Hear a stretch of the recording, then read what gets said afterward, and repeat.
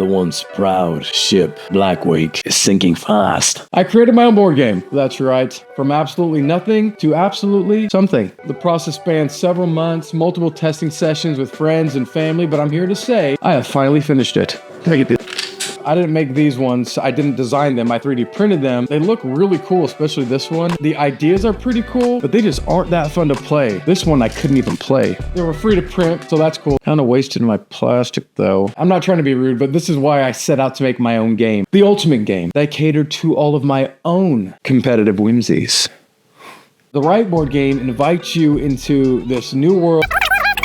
I've always been interested in making my own game anyway, so I set sail, and I never looked back. 1. I wanted it fully 3D printable, which would somewhat constrain me to the size of the board game. Number 2, I didn't want a super complex Catan Cities and Night type of game, basically my favorite game. More like a 30-minute type of game that takes a medium amount of thinking. Medium. And 3, I wanted to start quickly and start with a mechanic that I liked from another game, another medium thinking game. And that's it. I played this game Trails with my wife, and it's pretty boring. There's not enough competitiveness in the game. It has 2 mechanics that I really liked. A, the way the players move in the game is by choosing to move 1 or 2 spaces on the board. And B, so in the game, I love this tile flipping mechanic. You're kind of being chased by the setting of the sun, and when it's completely dark, the game ends. I wanted this flipping mechanic, but again, I was going to create something completely new and fresh with that idea. This is the name of the game and the short story or the lore behind the game. Let me know what you think. The once proud ship, Blackwake, is sinking fast. The lifeboats. Let me change that voice. The once proud ship, Blackwake, is sinking fast. Her treasure scattered across the deck and her planks rotting away. The lifeboats, manned by the cunning mariners, are ready to flee, but they won't leave empty-handed. They demand loot in exchange for precious life rings, the only hope for your survival. As one of the marooned, you'll remain with the sinking ship. You must race across her planks, scavenging loot to meet the demands of the mariners. But beware, treasure is just dead weight if it doesn't buy you life rings. When the final mariner is moved to the lifeboats, the ship will sink, and only the scavenger with the most life rings will survive or win the game. That little story there took a long time to finalize. It evolved as I developed the game. So anyway, I want to quickly show you the process I went through before I reveal the game and all her wonders. You'll see her wonders as I explain the process. I literally started from scratch paper. Since I had the flipping plank idea in mind, along with some others like the collection of loot, how the players moved, etc., I kept everything very basic and broad during this paper version. So I cut out planks for the main board section and used a hole puncher thing to create the different loot types, which at this point were only colors. I had no idea it was even going to be loot yet. I kept it simple and used only colors. Even on the board, I used the first letter of the color to indicate which color you were picking up from the board. I also cut out the player pieces, and for the first time, my wife and I played as I wrote down more and more ideas I had for the game. This whole process was vital. It was the brainstorming and ideation phases for me. It also helped me decide on where to begin the design process for the actual 3D printed board game. What could I start on this early that would very unlikely change later? It was going to be the center of the board game, the planks. These were where everything would happen, using big letters like Y for yellow, etc. So the scale and function of the planks would determine everything else around it. I wanted to make sure they were easily grabbable so they could be flipped. They needed to be a size so that more than one player can fit on that space. From there, it was just about designing the entire ship around those planks, adding that immersive feeling of being aboard a ship with the other marooned players. While I was designing this ship, I came up with several other convenient, user-friendly ideas, like player rods or poles that held your life ring points as you played the game. The first prototype of the 3D printed ship where all the planks would lay, I got done quite quickly. I finished and 3D printed it as quickly as I could because I knew there would be countless changes. I purposely avoided fiddling with it too much because I know that having a fast prototype in your hands is incredibly helpful and only leads to more ideas and adjustments. Like in this first prototype, I had these pockets where the loot crates would be stored. Holding it in my hand hands, I realized having the crates visible the entire time made far more sense. As I approached my second prototype, the game was still evolving and incomplete. At this point, I still had no idea what the point system would be when I finally landed on the life rings, which are the perfect name for the game's point system. I had no idea these buoys were even called life rings. It's just a perfect name. And I admit, ChatGPT did help me come up with that idea. It also helped me name the game something so perfect and unique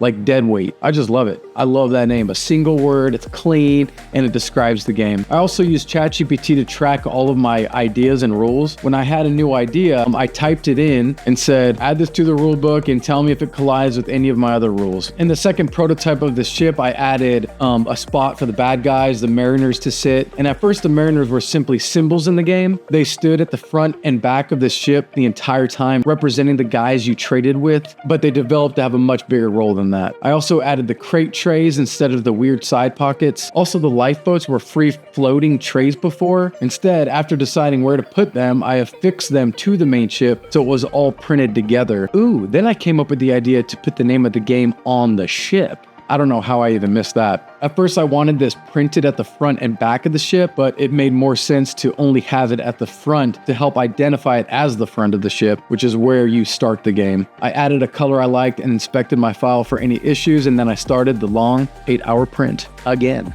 And then I just continued hammering away at designing all of the other little components of the game, like those player rods, the player pieces, the loot type cars, the action plank tiles, the flooded action plank tiles, the lantern, the trade cards. Then the other side of the boat took another 8 hours or so to print. And good thing I was still calling this a prototype, because my dovetail joint where they came together wasn't quite working. You can see where I had problems. I wish I had discovered this intersect tool earlier in my software. It really helped me see and get rid of any intersections between the two halves of the ship, but for now I made it work, and then I watched as my game was coming to life. The game was truly coming together at this point. The planks fit perfectly across the center of the ship, and at this point I also designed the planks to have different actions. My color-coded crates also fit well above each lifeboat. I had all 4 of my loot types printed, which initially were pearl, emerald, ruby, and diamond, but after some testing, nobody liked the pearls rolling off the table, so I went with chunks of bronze, since I didn't have gold filament on hand to make gold nuggets. The colors of the pieces weren't totally decided yet, but the loot type cards fit perfectly.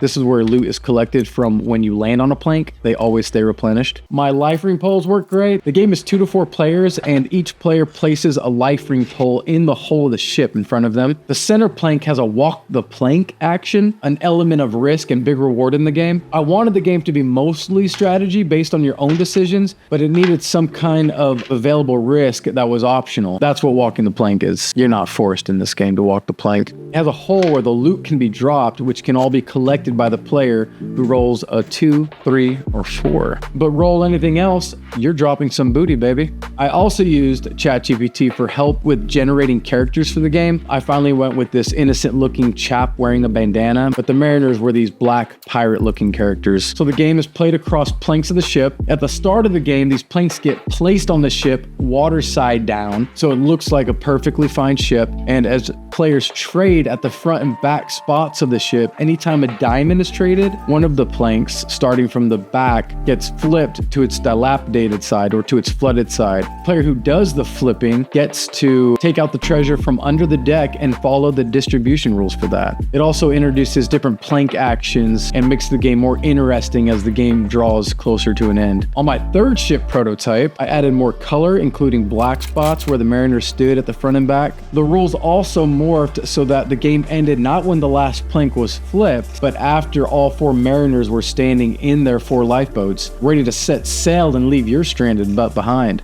This prototype also had a very clean connection. Very satisfying. Around this time is when I really had to get the rules wrapped up and finalized. For the plank actions, I drew them up in Illustrator, constantly removing ones that didn't quite make sense and adding new ones that I felt players would want to use more. Right before the full test of the game, on my way out the door to that test, I also had to quickly design and print from an ink printer on paper, the trade cards. These are always part of the game. This is how you trade your loot for the life rings, but I saved this boring, tedious work for last. So the first test with 3 of my brothers revealed several small things that I adjusted. They gave me so much good feedback and ideas, especially my little brother, Andrew. I mean, he was super into it and had an opinion on every single one of his turns. So I roll the dice to get the diamond? No, you get the No, you get the diamond. Oh, and I still roll? No, you can choose to roll the dice to get what's under here. Under where? Dude! Got him. Oh my God. That's it. And at the end of the game, it was really easy to see who won because of the life ring polls. Wow, where's Sam's at? Andrew's literally all Where's the top. 4th one at? Last place? Yep. Whoops.